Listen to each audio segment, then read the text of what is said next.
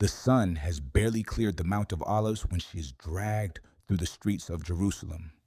It is early. The city is waking up. Merchants are opening their stalls. Pilgrims are washing their hands before morning prayer.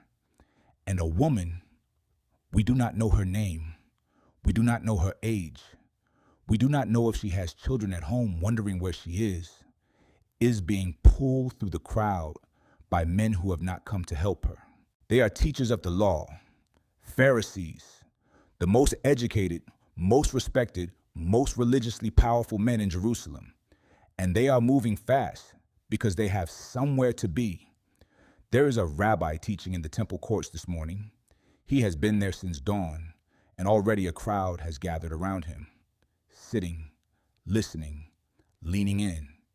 His name is Jesus of Nazareth. And these men have decided that today is the day they end him. They push through the crowd. They throw the woman down in front of him.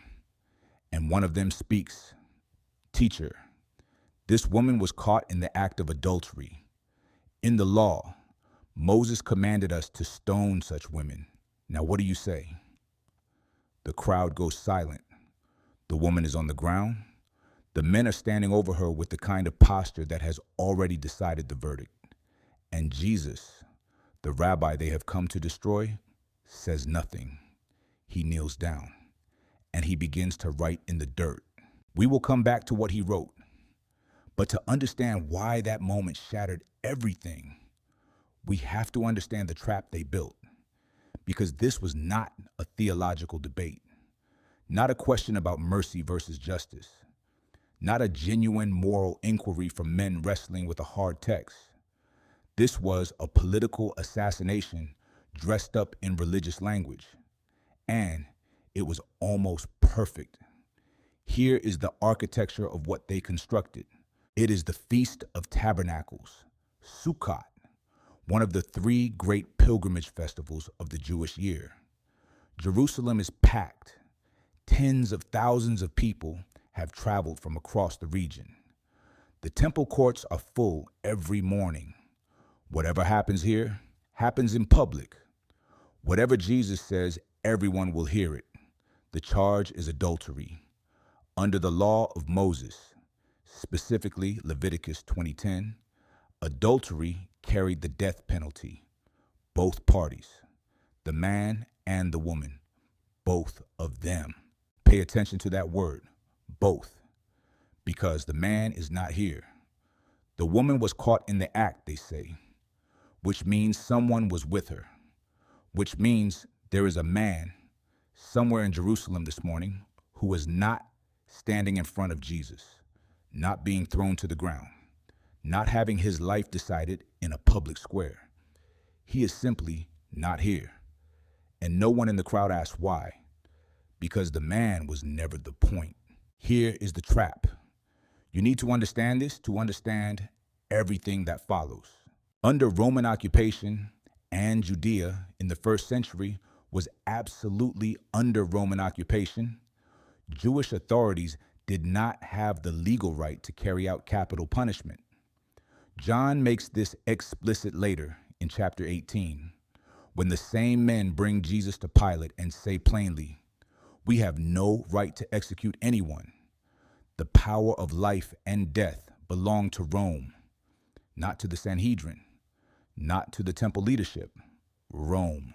So if Jesus says yes, stone her, he has just told a crowd to commit an act of execution that Roman law forbids. He can be arrested. He can be handed to Pilate.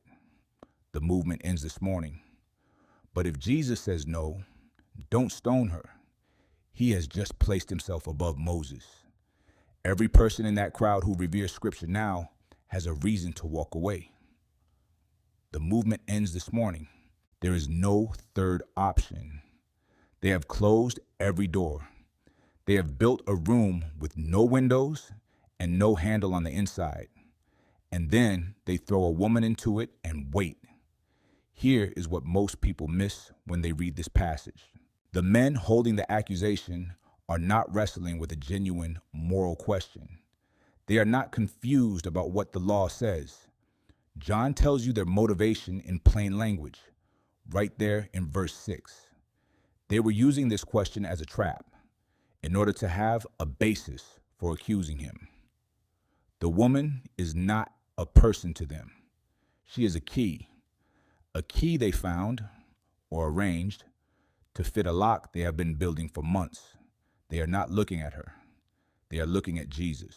And Jesus, the only one in that courtyard who sees everyone clearly, looks at the woman. He does not stand up to meet them. He does not raise his voice. He does not call for order or demand they release her or launch it into a counter-argument about Roman jurisdiction or the missing man or the convenient timing of their accusation. He kneels down. The Greek word John uses here is katakupto, to bend low, to stoop toward the ground. It is a posture of humility so deliberate it is almost provocative. Every man standing over that woman is upright, arms crossed, waiting for an answer. And the one person in that courtyard with the actual authority to settle the question makes himself lower than all of them. And he writes in the dirt. 2,000 years of readers have stopped at this sentence and asked the same question. What did he write? Jerome did not know. Augustine did not know. The greatest biblical scholars of 20 centuries have offered their best guesses and admitted quietly that they were guessing. John, who was almost certainly there, who watched this happen, who recorded the exact words spoken and the exact sequence of who left when, chose not to tell you what was written. That is not an accident. Stay with that.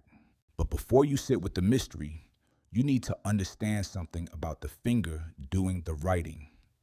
In Exodus 31, after Moses receives the law on Mount Sinai, God gives him 2 stone tablets. The text says those tablets were written not by a scribe, not by Moses, by the finger of God. Etzba Elohim, the finger of God pressing commandments into stone. The same commandments these men are quoting at Jesus. And here, in a dusty courtyard in Jerusalem, the one they are quoting is kneeling in the dirt, writing with his finger, not on stone, on earth, on the most temporary surface imaginable, where the next sandal, the next gust of wind will erase whatever is there. There is a passage in Jeremiah, chapter 17, verse 13, that every Pharisee in that crowd would have known by memory. Lord, you are the hope of Israel. All who forsake you will be put to shame. Those who turn away from you will be written in the dust because they have forsaken the Lord, the spring of living water. Written in the dust. He is still writing when they press him again. They will not stop. They want their answer. They want the trap to close. And he stands up. One sentence, spoken quietly. No theater, no raised voice, no dramatic pause. Let the one who is without sin among you be the first to throw a stone at her. The Greek word is anamatetos. It appears exactly once in the entire New Testament. Just here, just this moment. It does not mean sinless in some broad, general sense. It means free from this particular sin, free from the very thing you are accusing her of. He is not asking them to be perfect. He is asking them to be honest. And then, before anyone can react, before the Pharisees can regroup, before the crowd can process what they just heard, he kneels down again and writes in the dirt again. This second act of writing is the one that undoes them, because now they are not waiting for an answer. They have received one. The question is no longer what Jesus will do. The question is what they will do. And they are standing there holding stones in front of thousands of people with the words, the one without sin, hanging in the air, and whatever Jesus is writing in the dirt is apparently enough to make them not want to look too closely. But it gets stranger. the oldest among them moves first. John records this detail with the kind of specificity that belongs to eyewitness memory. The eldest goes first, then the next, then the next. One by one, beginning with the oldest, they turn and walk away until there is no one left. Why the oldest first? The older you are, the more life you have lived, the more decisions made in the dark, the more mornings you have woken up grateful that no one saw what you did the night before. The youngest in that crowd could still believe, in the way only the young can believe, that their record was clean enough to qualify. But the men who had lived the longest, they knew better. They had been carrying their own stones for decades. And when Jesus said, anamartitos, those stones became very heavy very fast. Stay with me, because here is something that almost no one who reads this story knows. This passage, John 7:53 through 8:11, the entire scene you just heard, is the most textually disputed passage in the New Testament. The earliest Greek manuscripts, the ones scholars call Papyrus 66 and Papyrus 75, written in the 2nd and 3rd centuries, do not contain it. The great Codex Sinaiticus, one of the oldest complete copies of the Christian Bible in existence, does not contain it. The Codex Vaticanus does not contain it. It is simply not there. It appears later, most prominently in the Codex Bezae, a 5th century manuscript, and it appears in different forms in different manuscripts, sometimes placed after John 7:36, sometimes at the very end of John's Gospel, sometimes inserted into the Gospel of Luke. Scholars call it the pericope adultery, and for centuries, serious people have asked, should it even be in the Bible? Augustine of Hippo, writing in the early 5th century, one of the most precise theological minds in the history of the church, addressed this question directly. He suggested the passage had been removed from certain manuscripts deliberately, not because anyone doubted it happened, but because they were afraid of what it meant. He wrote in his treatise on marriage and adultery that men of little faith had cut this passage from their copies of John, worried that their wives might read it and use it as permission to sin without consequence. Think about what that means. The passage was not removed because scholars decided it was invented. It was removed, in some cases, because people decided it was too dangerous to be true. The passage that made institutions nervous is the passage that kept fighting its way back to you across 4 centuries of manuscript tradition. And it did fight its way back. Papias of Hierapolis, whose testimony Eusebius preserved in his church history, written in the early 4th century, recorded an oral tradition about a woman brought before Jesus on accusations, a story circulating in the church long before John's Gospel was widely copied. The Didascalia Apostolorum, a 3rd century church manual used across Syria, cited this story as authoritative.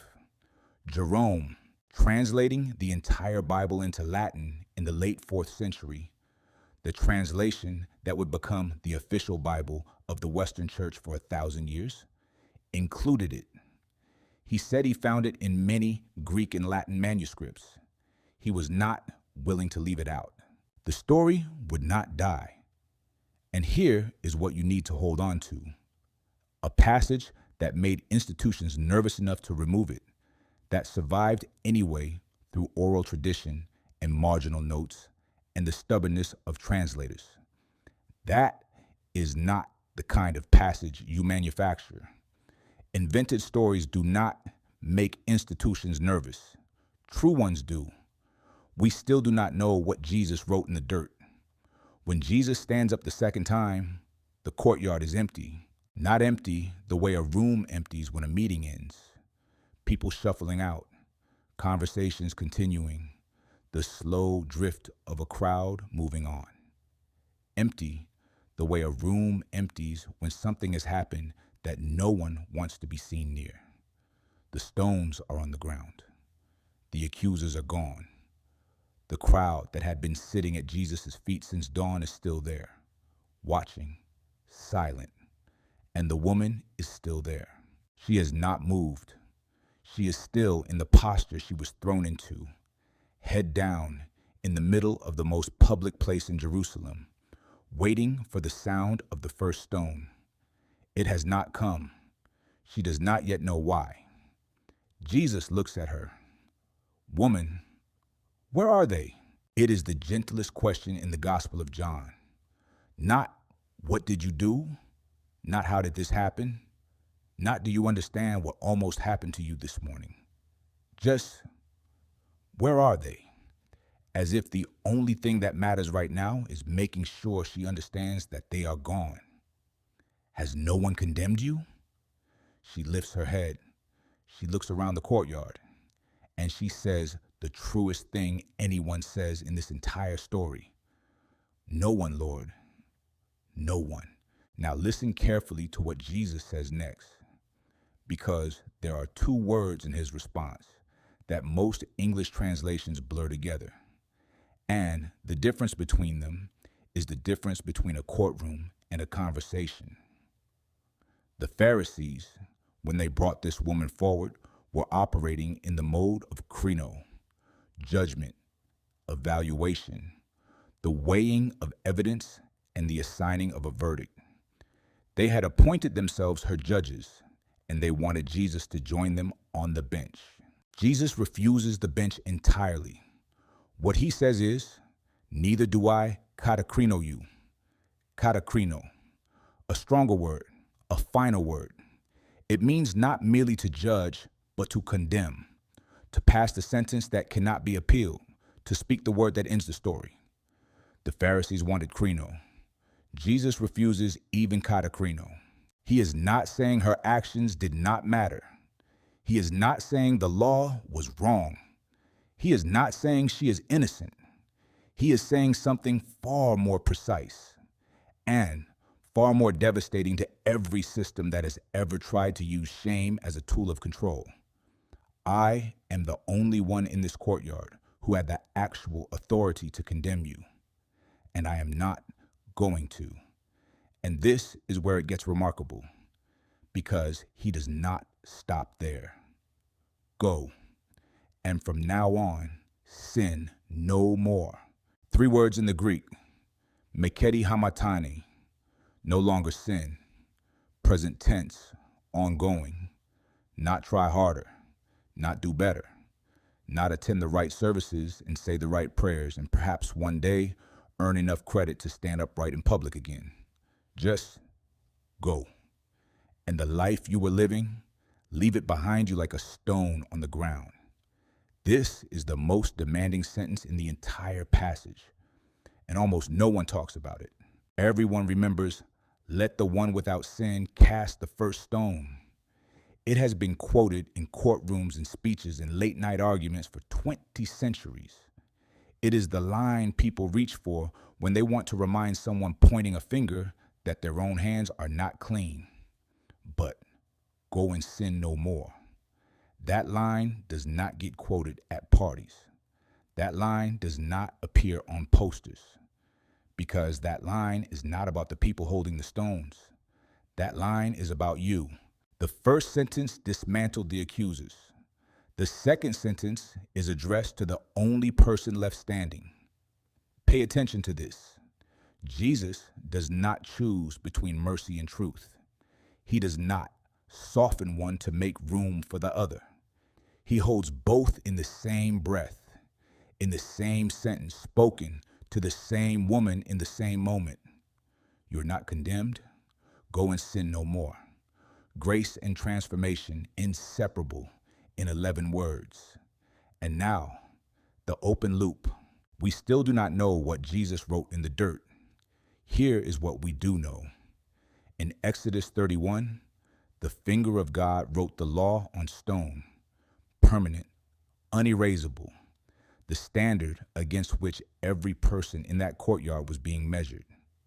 In Jeremiah 17, those who turn away from God are written not in stone, but in dust, temporary, erasable, subject to the next wind. And whatever Jesus wrote was enough to empty a courtyard full of men holding stones. When they were gone, he stood up. He did not show the woman what he had written. He did not read it aloud. He did not use it as leverage or evidence or comfort. He let the wind take it. Whatever was written in that dirt, names, failures, the specific sins of specific men on specific mornings they thought no one saw.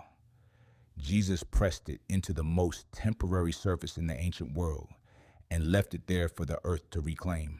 Psalm 103 says, God removes our sins from us as far as the east is from the west. In a courtyard in Jerusalem, on an ordinary morning during a festival week, a woman watched that psalm become dirt under someone's sandals. She did not have a name in the text. In the Eastern Church, she is sometimes called Photine, the same name given to the woman at Jacob's well, the first person Jesus told plainly that he was the Messiah. Whether that is accurate, no one can say with certainty, but there is something true in the impulse to name her, because the text's silence about her name is not the same as her not having one. She had a name. She had a history. She had a morning she would spend the rest of her life thinking about. And she walked out of the temple courts that day carrying something that no stone could have given her and no stone could have taken away. 3 things to take with you. The first, the trap was built using a person, and Jesus saw the person, not the trap. The teachers of the law looked at Jesus. Jesus looked at her. When the systems around you reduce you to a function, to an argument, to a means towards someone else's end, the posture of this story is that there is someone in the room who is looking at you, not at the debate you've been dropped into, at you. The second, the finger that wrote the law is the same finger that wrote in the dirt. The standard did not change. The stone did not become lighter. But the one who set the standard is also the one who kneels down, lower than everyone in the room, and writes something no one else can read, and then lets the earth take it back. That is not the abolition of justice. That is what justice looks like when it is held by someone with the actual authority to administer it. The third, go and sin no more, is the harder gift. Let the one without sin cast the first stone protects you from the crowd. It is a shield. But go and sin no more is a door, and doors require you to walk through them. Mercy without transformation is just postponed consequence. Jesus offers both in the same breath to the same woman because he is not interested in managing her guilt. He is interested in her life. They came to the temple that morning to end a rabbi. They left having dropped their stones in the dirt. And a woman whose name we do not know walked out of the most dangerous moment of her life into a morning that was, somehow, still early. The sun was still climbing. The city was still waking up. The merchants were still at their stalls. Everything looked the same, and nothing was. She had been brought there as a weapon. She left as a witness. And 2,000 years later, you're still hearing about it.